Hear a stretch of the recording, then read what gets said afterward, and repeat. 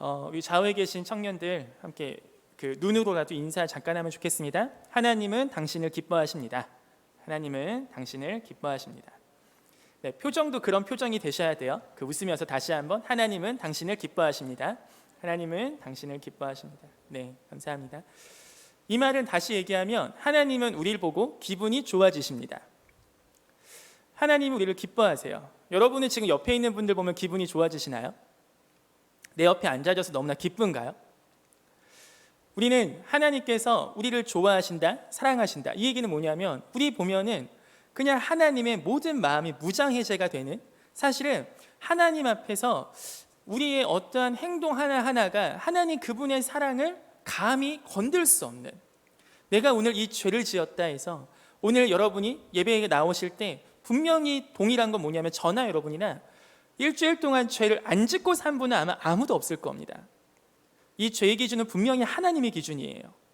그렇다면 우리는 분명히 그건 알잖아요. 하나님이 죄를 진짜 싫어하시는 거. 그러니까 우리는 이 예배당에 나오고 하나님께 예배할 때 사실 적지 않은 고민을 안고 오는 게 맞습니다. 하나님은 날 좋아하는 거 알아. 근데 하나님이 내가 지은 죄 또한 싫어하는 것도 알아. 이 복잡 미묘한 역설 가운데 사실 크리스찬은 계속하여 살아가는 거죠. 이 부분에 대해서 잠깐 우리 청년들하고 잠깐 이야기하고 이 본문을 같이 보면 좋겠는데요. 다시 제가 처음 드린 말씀처럼 하나님은 우리를 보고 기분이 좋아지십니다. 아멘. 하나님은 우리를 보고 기뻐하세요. 이번 주에 저희 딸인 그 소혜가, 제가 왜 계속 소혜 얘기를 하냐면 이제 소혜가 어느 정도 컸는지 제가 이렇게 설교 시간에 하면 집에 돌아가면 아빠 왜 나 불렀어? 이렇게 물어보더라고요. 그러니까 이제 소혜 이 얘기를 할 수 있는 때가 이제 얼마 남지 않았습니다. 네, 그때까지 계속 할 거예요. 이번 주에는 우리 소혜가 잠을 자다가 이불에다가 실수를 했습니다. 이제 막 떼는 시간인데요. 그러니까 실수를 할 수 있죠. 근데 이번에 이제 큰 거를 실수했어요. 그래서 새벽 3시에 저희 아내가 일어나서, 그것도 어디에 실수했냐? 그냥 이불이 아니라 그 온실매트 아시죠? 전기가 온실매트가 아니죠. 온수매트. 온수매트 있죠. 전기 꽂아서 물 데워갖고 막 데우는 거.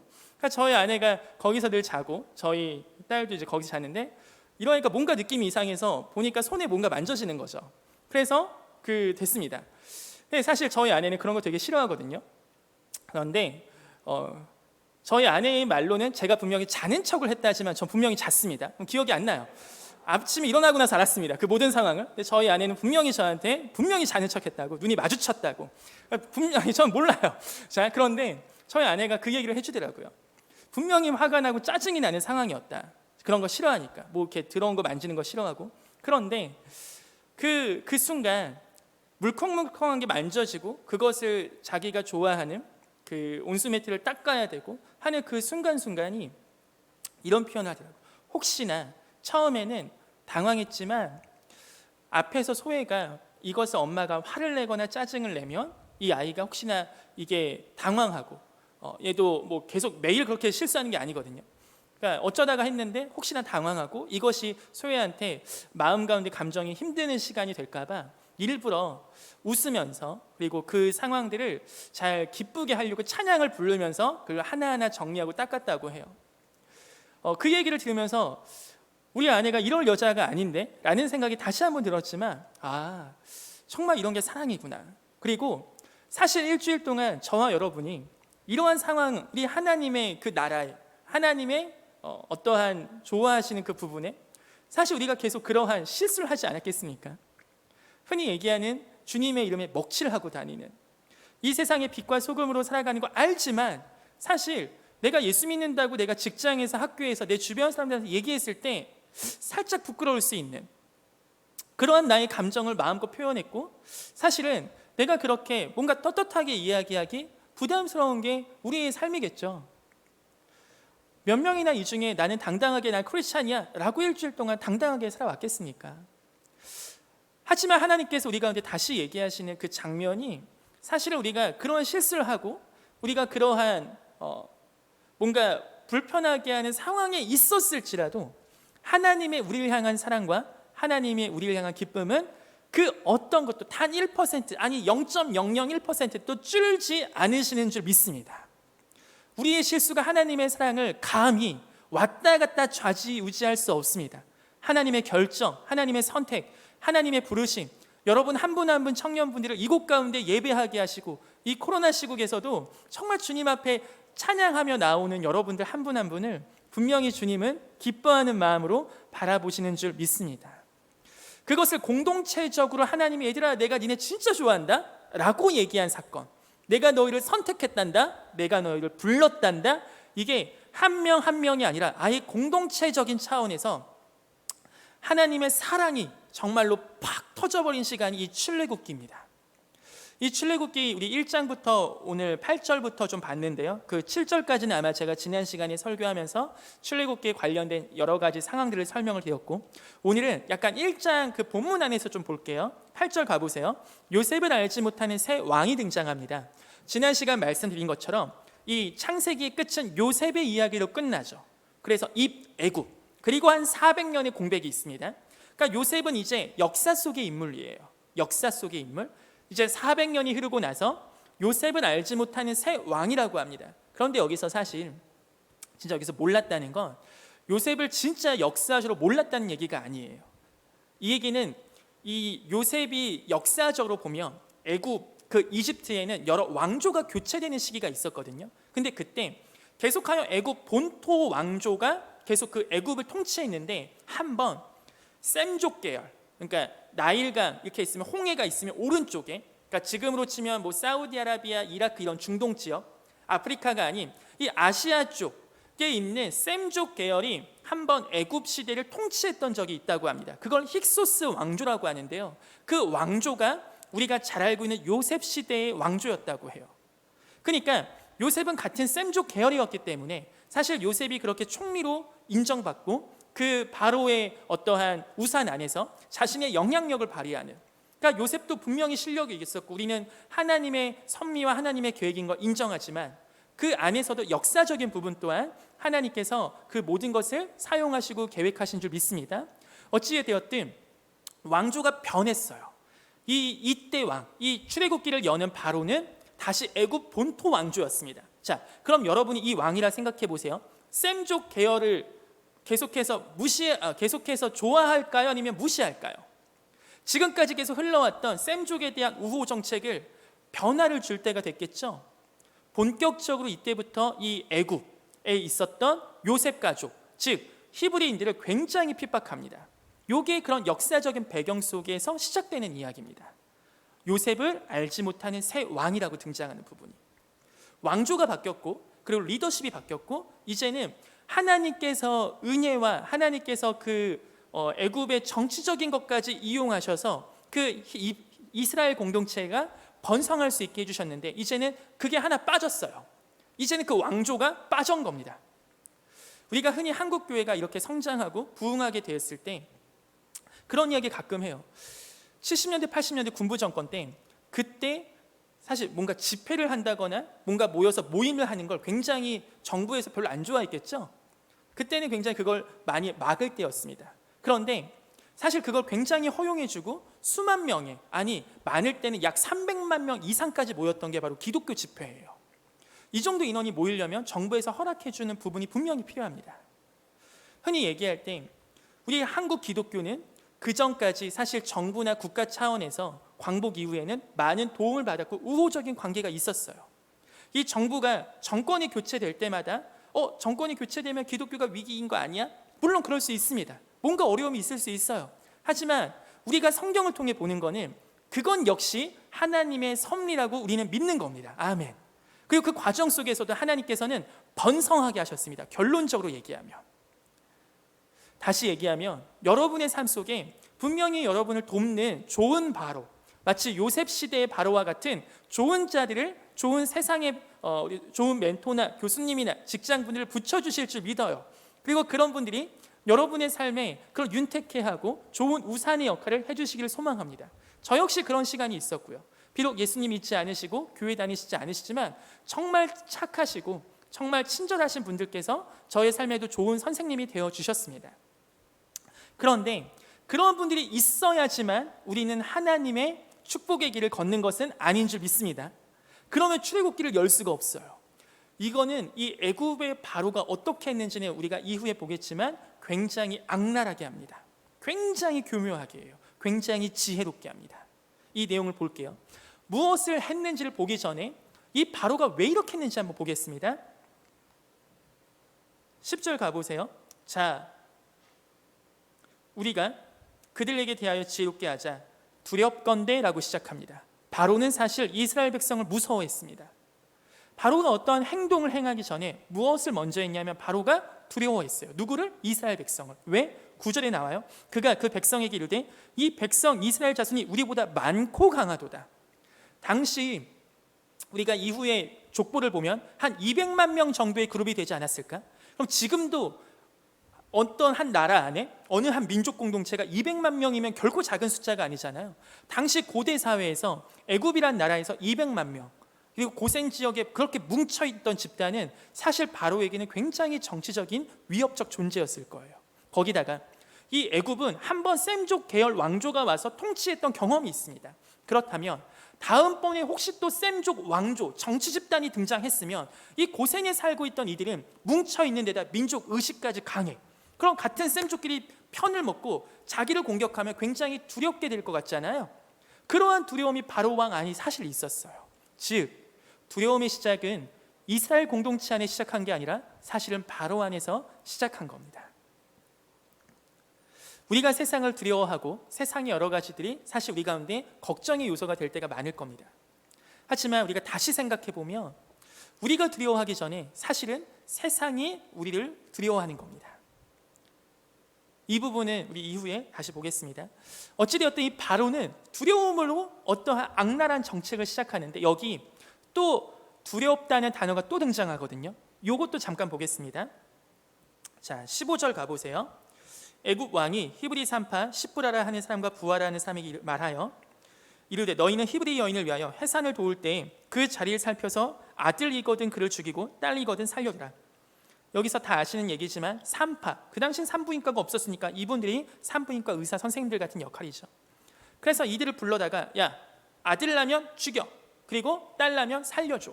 이러한 게 이 애굽의 정책이었어요. 그런데 여기서 17절 보세요. 그러나 산파들이 하나님을 두려워하여. 이 본문 안에 두려워하다는 이 단어가 이렇게 크게 두 번 등장하거든요. 바로도 두려워했습니다. 그리고 산파들도 두려워했습니다. 그런데 그 대상이 달라요.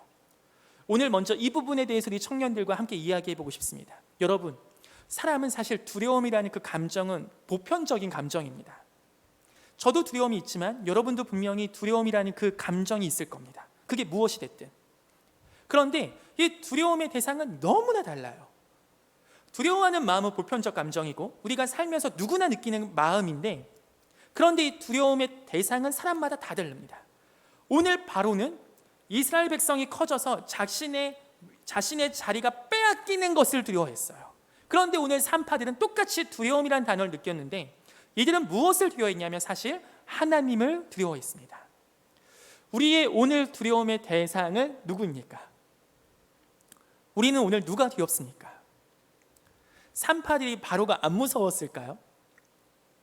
왕이에요. 거기다가 지금의 어떤 대통령, 헌법, 입헌군주 이러한 컨셉이 아니라 절대 왕입니다. 태양신의 아들, 절대 왕. 이 왕 한마디면 다 죽습니다. 분명히 산파들도 두려워했을 거예요. 그런데 사실 두려움이란 감정은 되게 재밌거든요. 여러분 생각해 보세요. 세상을 살면서 세상의 모든 요소를 다 두려워하는 사람은 거의 없습니다. 뭐 하나가 두려우면 그것만 무서워요. 나머지는 기억이 잘 안 나요. 이게 인간이 갖고 있는 한계점이자 망각의 어떠한 특성 중에 하나죠. 그러니까 하나가 무서우면 사실 그것만 제일 무서운 거예요. 나머지는 잘 기억이 안 나요.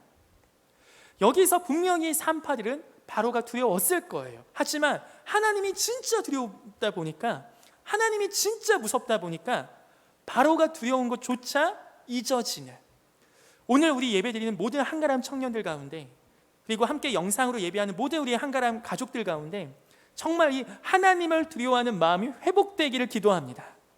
정말 하나님을 두려워하는 마음. 우리가 세상에 살면서 분명히 우리는 두려움이라는 단어를 계속 갖고 살 거예요. 두려움, 결혼에 대한 두려움, 결혼 이후의 삶에 대한 두려움, 그리고 내가 졸업 후의 두려움, 내가 취업하고서의 또 두려움, 혹은 취업을 그만두고 이직에 대해서의 두려움, 계속하여 올 겁니다. 이 두려움이라는 건 사실 없어지지 않을 가능성이 굉장히 많아요. 그런데 그때마다 우리가 정말 잊지 않았으면 좋겠습니다. 하나님을 가장 두려워하는 삶. 어떠한 요소든지 간에 그 두려움보다 그 두려움이 잊어질 만큼 정말 하나님을 두려워하는 삶. 그게 저와 여러분의 고백이자 기도가 되기를 소망해요. 우리 이후에 이따 기도할 때 정말 그러한 기도, 하나님, 제가 하나님을 두려워하는 삶을 살기를 기도합니다. 이 고백이 우리 가운데 시작되길 소망합니다. 자, 바로가 그렇게 해서 두려워해서 이 정책을 쓰는데요. 이 정책을 잠깐 보겠습니다. 자, 11절 어떻게 하냐? 첫 번째, 감독대를 그들 위에 세웁니다. 이 바로 왕은요 굉장히 지혜로워요. 크게 두 가지 정책이거든요. 하나는 직접적인 영아 살해입니다. 즉 씨를 말려버리기 위해서 남자를 다 죽이는 겁니다. 나중에 장성에서 전쟁의 싸움이 나올 수 있는 다 죽여요. 여자들만 살려둡니다. 이 얘기는 뭐냐면 사실 이 바로 왕은 이들의 노동력이나 이들의 어떤 민족적인 잠재력을 쓰고는 싶었던 거죠. 위협이 안 되는 선에서 쓰고는 싶었어요. 빼앗기지 않는 선에서. 이게 바로 이 세상이 얘기하는 거죠. 우리를 쓰려고 하잖아요. 우리의 능력은 좋잖아요. 어쨌든 이 바로 왕은 그들 위해 그 직접적인 정책으로 영아 살해, 이 정책을 쓰고, 이 간접적인 부분인데요. 오늘 사실 이 부분에 대해서 우리의 삶과 좀 적용해 봤으면 좋겠어요. 자, 감독들을 그들 위해 세웁니다. 멀쩡히 살고 있는 이스라엘 백성들, 총리까지 나왔었던 요셉의 후예들. 그러니까 굉장히 우리가 창세기 후반부에 봐서 알았지만 야곱이 죽었을 때 70일을 장례하는 굉장히 그 고귀하게, 존귀하게 대했습니다. 그것은 한순간에 요셉 죽었다 해서 바로 없어지지는 않았을 겁니다. 이렇게 굉장히 동등한 입장이었던 그 민족을 갑자기 민족 차별 정책을 써요. 우리가 요새 많이 등장하고 있는 소수민족 문제와 같이 이 민족 차별 정책을 쓰는데 구조를 바꿉니다. 노예를 만들어요. 이스라엘 백성들을 일을 시키는데 어떻게 시키냐면 그 위에 감독을 세우게 합니다. 그리고 무거운 짐을 지어 괴롭게 해서 그들에게 바로를 위하여 국고성 비동과 라암셋을 건축하게 합니다. 하나님의 백성이라고 하는, 하나님의 언약 백성이라고 하는 정체성을 가진 그들에게 바로를 위하여 일하게 하는 정체성을 바꾸려고 해요. 그리고 엄청나게 노동을 시켜서 바쁘잖아요. 몸이 힘들잖아요. 그러면은 그렇게 하는 또 이유 중에 하나가 뭐냐면 사실 이렇게 하면은 산하 제한이 될 수 있으니까, 애를 낳을 수 있는 시간 자체가 줄어드니까. 그렇게 해서 이렇게 하면은 별로 번성하지 않을 줄 알았는데, 그런데 12절, 그러나 학대를 받을수록 더욱 번성하여 퍼져나가니 애굽 사람이 이스라엘 자손 말미암아 근심하여. 일을 시키는 거는, 그리고 압제하는 거는 세상이고 바로고 애굽인데, 근심하는 건, 두려워하는 건 바로와 애굽입니다. 즉 하나님의 번성케 하는 사역을 바로가 감히 막을 수 없었어요. 여기서 1장 다시 초반부 잠깐 가볼게요. 7절, 이스라엘 자손은 생육하고 불어나 번성하고 매우 강하여 온 땅에 가득하게 되었다. 이 얘기 나오죠. 이 얘기는 어디하고 연결된다 했습니까? 창세기 1장 28절과 연결된다 했죠. 생육하고 번성하여 땅에 충만하라. 즉 이거는 단순히 자연적으로 물리적으로 늘어난 게 아니라 하나님께서 약속하신 언약의 결과입니다. 생육하고 번성하여 땅에 충만하는 건 하나님의 이스라엘을 향한 하나님의 뜻이었고 계획이었어요. 바로가 거기에 막아서려고 했는데 이게 자연스러운 현상이었다면 몇 가지 똑똑한 정책으로 막을 수 있었겠지만 도저히 안 나오는 거죠. 세상의 정책으로는 됐어. 다른 민족은 이렇게 하면 됐어. 그런데 이 민족은 특이한 거예요. 그래서 이들이 두 번째 방법인 정말로 잔인했던 영아 살해 정책을 씁니다. 이 부분을 우리 청년들의 삶과 다시 한번 잠깐 이야기해보면 좋을 것 같습니다. 사실 저는 이 부분 볼 때요, 이 현대인의 우리가 사실 자유시민이잖아요. 다 자유를 갖고 있고. 그런데 역사를 공부하다 보면 내가 지금 하고 있는 일과 고대시대 중세시대에 노예로 있었던 분들의 일과 사실 크게 다르지 않을 때가 많습니다. 우리가 하는 대부분의 일은 몇몇 분 직업군을 제외하면은 사실 예전에 노예들이 하셨던 일이에요. 별로 좋지 않은 직업군에 있었을 수 있습니다. 우리가 사실 우리 위에 언제부턴가 감독 혹은 돈을 주시는 사장님, 회장님, 그분들의 말씀이 절대 지침이고 그분들 밑에서 당연히 우리가 일을 하고 그분들의 결정에 따라 우리의 삶이 정리가 되는 것이 사실 익혀졌습니다. 제가 이 얘기하는 게 자본주의 다 없애버리자 이 얘기 절대 아니에요. 그냥 현상적으로 우리의 삶이 사실 이들의 삶과 비교해 봤을 때 엄청나게 다르거나 한 부분이 아닐 수 있다고요. 이들이 느꼈던 감정이 우리가 느낄 수 있다고요. 엄청나게 고된 노동과 그리고 이 압제, 보이지 않는 감독들, 나를 지시하는 사람들, 거기에 길들여진 나의 모습들, 이러한 삶 속에 하나님, 예수님과의 동행, 임재, 그게 뭐가 중요해? 내가 오늘 하루 먹고 사는 것도 힘든데 아브라함의 언약 백성, 야곱 12지파 언약 백성, 그게 뭐가 중요해? 나는 지금 바로를 위해서, 나는 지금 이 바로 왕을 위해서, 애굽을 위해서 지금 이 짓 하고 있는데 내 정체성? 나는 지금 바로를 위해 살아가는 사람인데 여러분 사실 이 두 가지 고민, 우리 크리스찬에게 있는 고민 아닙니까? 우린 언약 백성이야, 그리스도인이야, 예수 믿어. 그런데 그게 뭐가 중요해? 나는 오늘 이 자본주의 사회 안에서 나의 어떠한 집과 혹은 어떠한 일과 혹은 사장님을 위해서 무엇인가 위해서 바로 왕을 위하여 나는 오늘 살고 있거든요. 내가 오늘 하는 일은 사실 크게 언약 백성과 매칭이 안 되는 일이거든요. 전도사님, 목사님, 혹은 사회복지사, 혹은 구제활동 열심히 하는 분, 이런 직업 외에는 나는 오늘 그냥 바로 왕을 위해서 이 라암색과 비돔을 짓고 있는 거예요. 그런데 내가 무슨 언약 백성이냐고요. 내가 크리스찬인 것과 도대체 무슨 상관이 있냐고요. 이게 아마 이스라엘 공동체가 굉장히 고민했었을, 수많은 백성들이 고민했었을 어느 하나의 이슈였을 것 같습니다. 이 두 번째, 바로 우리를 애워싸고 있습니다. 우리를 두려워하는 세상은 우리를 애워쌉니다. 여러 가지로 직접적인 박해를 하든 아니면 이렇게 간접적으로 우리가 이러한 구조 속에서 하나님인 걸 잊고 살게 하는, 오늘 주일이 아니었다면, 오늘 예배당을 내가 나오지 않았다면 어쩌면 나도 내가 예수 믿고 있나? 내가 크리스찬인가? 이걸 까먹고 살 수도 있는, 사실 이러한 구조 속에서 우리는 너무나 익숙하게 살고 있어요. 물론 여러분 열심히 개인 경건도 하려고 하고 목요 큐티 나눔도 하려고 하고 목자분들께서 큐티도 보내주시려고 하고 우리가 몸부림치고 애를 쓰지만 사실 우리의 이러한 구조 안에 들어서 사는 삶이요, 사실 굉장히 쉽지 않은 삶입니다. 이들을 어떻게 하나님께서 다루셨는지 잠깐 보면 좋겠습니다. 18절 잠깐 가보시죠. 하지만 우리가 다 아는 것처럼 산파는 애굽 왕의 그 지침을 무시합니다. 두려워했기 때문에 다 살려줬어요. 그랬더니 산파가 이렇게 또 거짓말을 하죠. 우리가 도착하기 전에 타해사나였습니다. 그때 하나님께서 그 산파들에게 은혜를 베푸십니다. 다이어트 하시는 분들은 잘 아시겠지만 사실 다이어트 작정하고 살이 쭉쭉 잘 빠지시는 분들 계신가요? 제가 요새 계속 살을 빼려고 하는데 티가 안 나죠? 왜 그렇습니까? 원래 다이어트는 그런 거더라고요. 그런데 제가 다이어트를 시도하다가 포기했어. 그럼 어떻게 됩니까? 다시 살이 훅 찝니다. 그런 거 볼 때 이렇게 알 수 있겠더라고요. 우리가 살면서요, 어떻게든 몸부림치고 어떻게든 살을 빼려고 할 때 그나마 유지되는 것처럼 그 행동이 나 다이어트 열심히 했는데 왜 안 빠지지?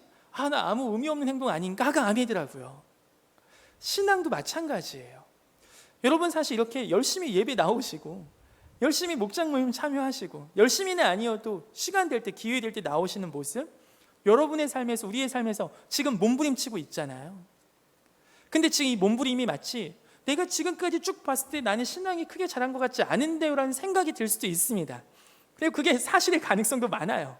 그런데 그 몸부림 때문에 지금 그나마 우리가 이렇게 유지될 수 있다고요.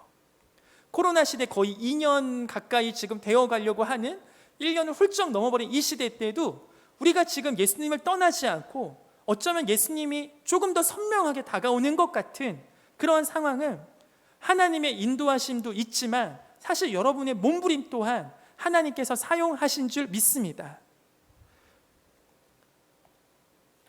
이 산파는 몸부림을 쳤습니다. 하나님을 두려워했어요. 바로왕 앞에 가서 당당하게 당신 하나님 두려워하십시오 라고 이야기는 못했죠. 바로왕이 너무 무서워서 거짓말했습니다. 저는 하나님이 두려워서 못하겠습니다 얘기 못했다고요. 멋있게 한 게 아니에요. 거짓말했습니다. 정말 몸부림쳤어요. 바로왕도 무섭지만 하나님이 진짜 무섭기 때문에 차마 그거는 못하겠어. 차마 생명을 주관하시는 하나님의 권위에 도전하지 못하겠어. 그래서 바로왕 앞에 가서 멋있게 얘기 뭐 하면 좋겠지만 못해. 그것도 이 산파들의 몸부림 속에 하나님은 그걸 야, 넌 그런 용기 없어?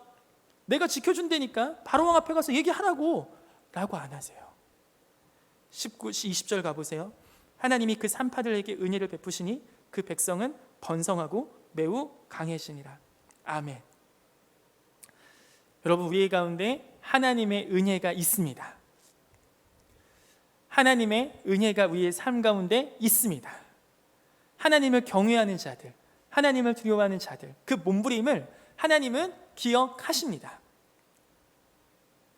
이불에다가 실수해버리고 엄마를 엄청 고생시킨 그 4살짜리 아기를 볼 때 부모의 마음이 그걸 힘들어하고 싫어하고 그 행동에 대해서 우리 감정이 요동치는 게 아니라 하나님, 그 아이를 향한 이 사랑과 감정과 감사함 때문에 그 아이가 한 거는 바닷속에다 돌 하나 던진 것 뿐이에요. 그럼 그 파도가 높아집니까? 그 바다가 갑자기 성납니까? 아니에요. 우리가 실수할 수 있고 우리가 살아가면서 이러한 줄타기 속에서 이 바로도 섬겨야 되고 하나님도 섬겨야 되고 세상에도 충성해야 되고 하나님께도 충성해야 되는 이 복잡한 세상 속에서 우리의 감독이 있어서 우리가 고된 노동을 해야 돼서 하나님의 언약 백성인 것도 크리스찬인 것도 왠지 잊고 살아가는 것만 같은 우리의 실수들 속에서도 하나님은 우리의 몸부림을 기억하십니다. 그리고 그 몸부림 가운데 주님은 은혜를 베푸십니다. 이게 바로 은혜예요. 너무 감사하지 않습니까? 하나님은 딱 100점 아니면 다 빵점 아니에요. 1점 하나 맞은 것 같고도 하나님은 100점 만드시는 분입니다. 아멘. 그게 뭐예요? 겨자씨만한 믿음이죠. 믿음 크다 작다 비교하지 않으세요. 겨자씨만한 믿음이 있니? 그럼 됐어. 왜냐? 하나님이 하실 거거든요. 하나님이 하실 겁니다. 그러니까 여러분은 하나님이 너무나 존귀하신 백성이라고요. 바로는 계속하여 바로처럼 우리를 괴롭힙니다. 세상은 계속하여 세상처럼 이 정책들을 쓸 겁니다. 직접적인 박해를 하든 간접적으로 교묘하게 하든 하나님께 우리가 다가가는 삶, 언약 백성으로서 살아가는 삶을 분명한 방해가 있을 거예요. 그 얘기를 예수님이 제자들에게도 하셨습니다. 우리 요한복음 잠깐 가보겠습니다. 요한복음 이 이야기만 하고 마칠게요. 요한복음 15장 19절 가볼까요? 요한복음 15장 19절 18절 19절인데요 제가 18절 읽을 테니까 여러분이 한 19절 읽어주세요. 요한복음 15장 18, 19 세상이 너희를 미워하면 너희보다 먼저 나를 미워한 줄을 알라. 세상이 자기의 것을 사랑할 것이나 너희는 세상에 속한 자가 아니요 도리어 내가 너희를 세상에서 택하였기 때문에 세상이 너희를 미워하느니라. 여기서 뭐라고 합니까? 세상은 우리를 미워한대요. 이스라엘 공동체가 이렇게 고생했던 건 그때만 있는 특수한 상황이 아닙니다. 여러분이 예수님의 제자시라면, 여러분이 예수님께서 선택한 백성이라면 여러분, 세상이 여러분을 미워할 겁니다. 축복합니다. 너무 좋으시죠? 너무 좋아야 돼. 맞아, 내가 괜히 힘든 게 아니었어. 막 이렇게 막 환호성을 질러야 돼. 내가 그래서 힘들었던 거구나. 나 예수님 제자니까, 예수님 날 선택했으니까 얼마나 큰 영광입니까? 얼마나 큰 영광이에요. 예수님의 제자. 마태복음 16장 33절 우리 함께 또 읽으면 좋겠습니다. 마태복음 16장 33절 16장 33절입니다. 시작. 이것을 너희에게 이루는 것은 너희로 내 안에서 평안을 누리게 하려 함이라. 세상에서는 너희가 환난을 당하나 담대하라. 내가 세상을 제가 마태복음이라 했나요? 죄송합니다. 요한복음이에요. 죄송해요. 요한복음 16장 33절 이러한 실수 또한 하나님께서 사랑하시는 줄 믿습니다. 자, 16장 33절 요한복음 176페이지입니다. 함께 읽어볼게요. 시작. 이것을 너희에게 이르는 것은 너희로 내 안에서 평안을 누리게 하려 함이라. 세상에서는 너희가 환난을 당하나 담대하라. 내가 세상을 이겨노라. 아멘. 여기서 한 가지 신기한 게 있어요. 이긴 건 누굽니까? 내가 아니에요. 예수님이에요. 얘들아, 너희가 이길 거야가 아니에요. 얘들아, 내가 이겼어요. 여러분, 우리는 세상을 이기지 못합니다. 우리는 세상을 이기기에 너무나 연약합니다. 그런데 한 가지 신기한 게 예수님이 자기가 이겼다고 했거든요. 거기서 끝. 왜 끝나는 겁니까? 그럼 내가 예수님과 하나거든요. 너희가 이길 필요가 없거든요. 예수님이 이기면 끝입니다. 왜? 우리는 예수님 안에서 평안을 누리니까. 우리는 사실 우리 한 명 한 명이 강해져서 세상과 싸워서 이기는 그런 멋진 크리스찬의 삶을 기대할 거예요. 그러한 게 우리 안에 학습되었을 겁니다. 하지만 예수님은 전혀 다른 말씀을 하세요. 얘들아, 너희가 나에게서 멀어지면 안 돼. 내게서 떠나면 안 돼. 내게서 떨어지면 니네 아무것도 못해. 너 능력 있어? 뭐 은사 있어? 할 줄 아는 거 많아? 아무것도 안 돼. 떨어지는 순간 오직 예수님 말씀하세요. 얘들아, 내가 이겼어. 끝이야. 이제 너희는 내 안에서 평안을 누리면 되는 거야. 이게 예수님의 방법입니다. 고생하는 청년들, 삶 가운데 여러 불편함이 있는 청년들, 예수님께서 그 모든 세팅 가운데 말씀하신 거예요. 세상이 너희를 미워한다. 어린 양을 이리 가운데 보낸 것 같다는 표현까지 쓰셨어요. 니네 고생할 거다. 이게 마음이 안 드시면 나중에 천국 가서 예수님께 따지세요. 제가 얘기한 게 아닙니다. 예수님이 얘기하신 거예요. 얘들아, 니네 세상에서 고생할 거야. 예수님, 저 세상 너무 힘들어요. 그래, 내가 얘기했잖아. 고생할 거야. 왜? 내가 니네를 택했거든. 니네 잘못 아니야. 여러분이 지금 혹시 이 20대, 30대가 혹시 힘드신 분 계십니까? 무언가 설명할 수 없는 어려움 때문에 고통하고 있는 분 계세요? 여러분 잘못이 아닙니다. 여러분의 실수가 그렇게 만든 게 아닙니다. 예수님이 선택하셔서 우리가 이 고통 속에 있고 이 고난 속에 있습니다. 예수님이 거기서 끝이 아니고 얘들아, 내가 모든 승리 이뤘다. 니네 내 안에서 평안을 누리리라. 그게 바로 우리를 사랑하시는 하나님의 뜻인 줄 믿습니다.